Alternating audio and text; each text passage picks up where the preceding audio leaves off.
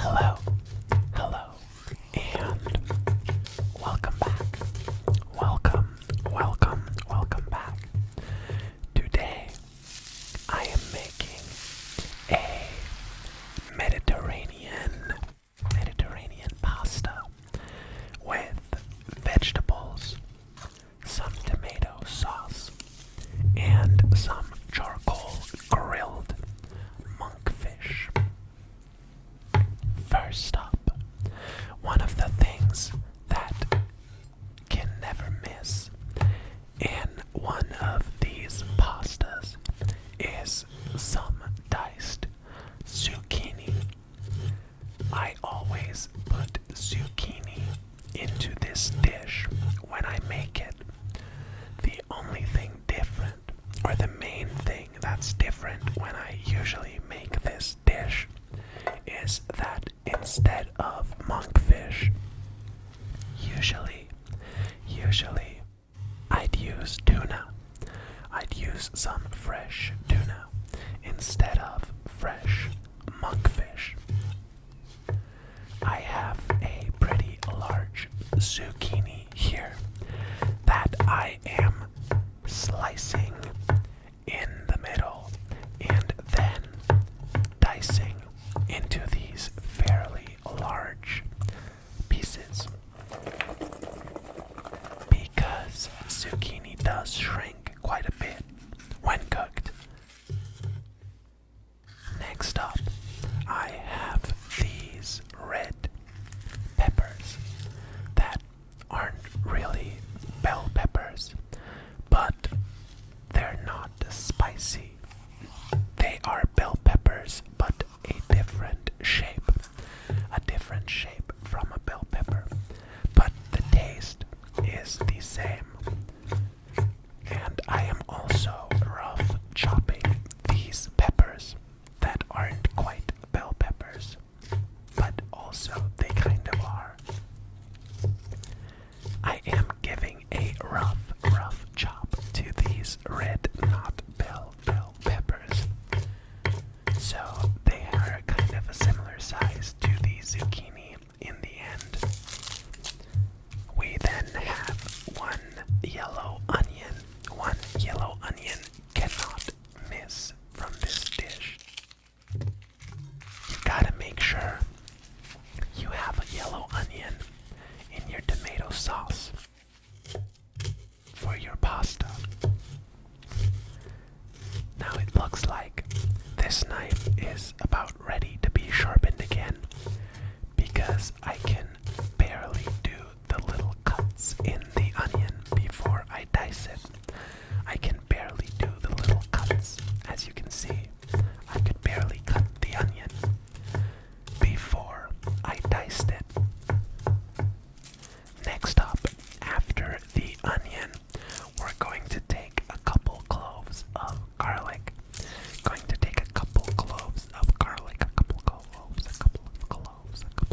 of garlic that we're going to peel. I am peeling a couple cloves of garlic, that you also want to make sure that you have in your monkfish pasta dish.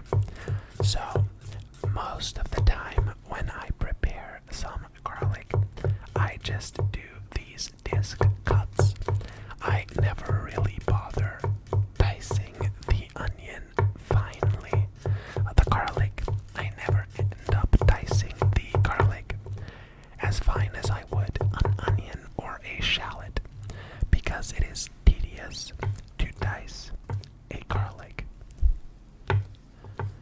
Then I have a couple of pitted olives, seedless olives that have been de-seeded. These are Greek Kalamata olives, which are my favorite. And although this dish in general feels more Italian, I am using some Greek olives here. I hope I shall be forgiven giving those a rough chop as well. And moving moving on to some sun-dried tomatoes that are really tough to cut. So I figured the best way to do it is to slice them like this. That seems to work pretty well. Although, as we saw earlier, my knife is not as sharp as it could be, so it doesn't penetrate the tomato skin as well as it could. Giving a rough chop to these tomatoes as well, these oily sun-dried tomatoes, and wiping the cutting board clean, giving the cutting board some well-deserved oil. Some oil for the cutting board. Here is some of the reserved dried tomato oil that we're going to use to cook all of our vegetables in. So I am adding the sun-dried tomato oil to the pan, as well as most of our garlic and a couple of pieces of onion came along with it as well. But mostly I wanted to get the garlic and the onion, but I didn't want to get any zucchini and pepper in the pan yet. So we're sauteing the onion and the garlic before adding the chopped olives, the chopped de-seeded olives to the mix, and making sure those get sauteed as well. Next up, I am adding the sun-dried tomatoes to the mix. I am adding the sun-dried tomatoes to the onion, the garlic, and the de-seeded olives. And next up, I am going to add a tiny jar of capers. I am adding some capers as well. These, I think, are the caper flowers before they flower. These are not the berries. These are the pods with the flower of the caper, I do believe. And then once that has been sufficiently sauteed, I am adding the zucchini and the not bell pepper, the red bell pepper that isn't quite a bell pepper, as well as the zucchini. Now, there's quite a bit of fond at the bottom of the pan, and the zucchini and the peppers didn't release enough moisture, so I am adding some water so it doesn't burn. I'm also cracking some black pepper on top, and we're now adding the tomato puree, and I always add some water to the bottle of tomato puree. Give it a good shake, and then add some of the watered down tomato paste that has stuck to the sides of the bottle, and add that to the pan as well. Now, I am also adding some Mediterranean herbs, as well as some sugar and some salt. I think you should always sugar your tomato sauce, especially if you're not gonna cook it for that long. I'm now simmering that for about 20 to 30 minutes and moving on to the monkfish that I am taking the skin off with a paper towel. And now there is still this second skin on it that we'll need to remove later. This is the first time I am using my new knife from Japan, and I do have is quite satisfying to cut with it, and quite easy also.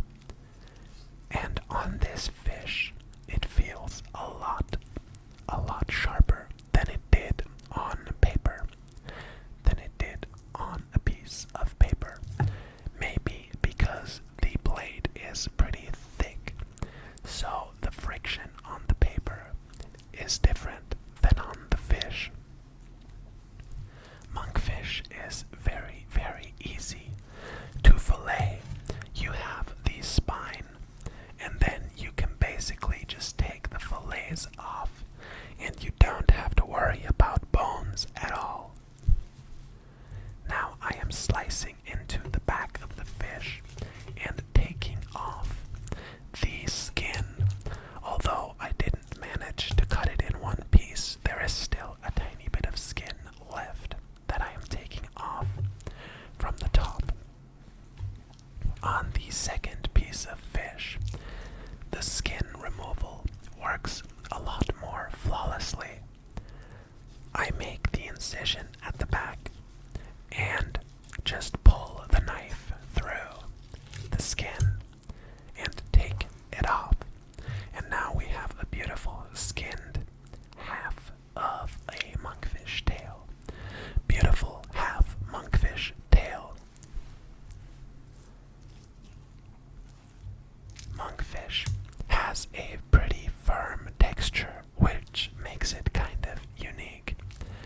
As far as fish are concerned, most fish are flaky and soft. Monkfish kind of resembles meat in that aspect because it is quite hard, but very, very delicious. Also, I couldn't stop myself from trying a sushi cut on the fish as well, since it was the first time trying out my new knife. I now brought all of this dinner over to some friends and cooked some Italian pasta in some salted water, and I'm now grilling the monkfish fillets on some charcoal before dividing them into some equal-sized pieces and distributing amongst my friends. This was a very successful version of this dish. I do think that monkfish works just as well as tuna. You could use any fish, really. Also, what you could do if you plan to serve this immediately when making the sauce is you could saute the fish first